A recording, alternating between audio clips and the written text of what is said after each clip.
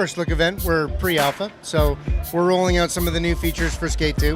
Big one, new San Vanalona, and it's a pretty much unrecognizable San Vanalona. We got to destroy the city and Skate It, which is another part of the franchise coming out for Nintendo, which precedes Skate 2, which happens about 5 years in the timeline after the first Skate.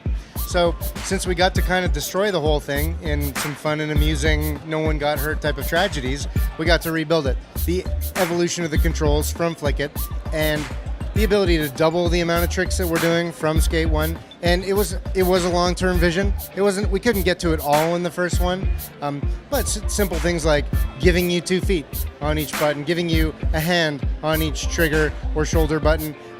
Now we've been able to push that to the point where now since you have 2 hands, you can take a hand off, you can hand plant, you can grab things in the world and move them around. You've got your 2 feet, you can take a foot off the board, do a foot plant. You can do no complies.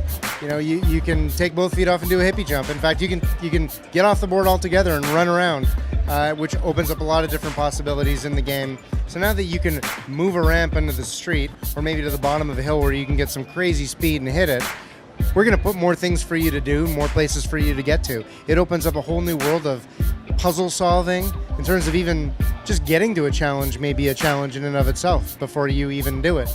So that could involve you getting off the board, looking around, moving around some objects. And then there's the replayability, which is infinite. As when you can create your own lines with tons of different objects, drag them all over the city, that just adds so much to the game that you can make that city your own.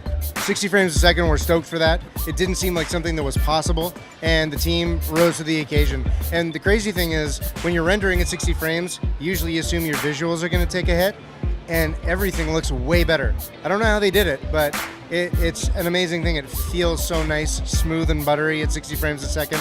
Our physics always ran at 60. Now we have the rendering and the physics both tied at 60. Feels great. PS3. This is our second time around on the PS3. It's at parity with the Xbox. They're both going to be the 360. That is, they're both going to feel pretty much the same. Slight differences, but you're not going to see a big difference between the two.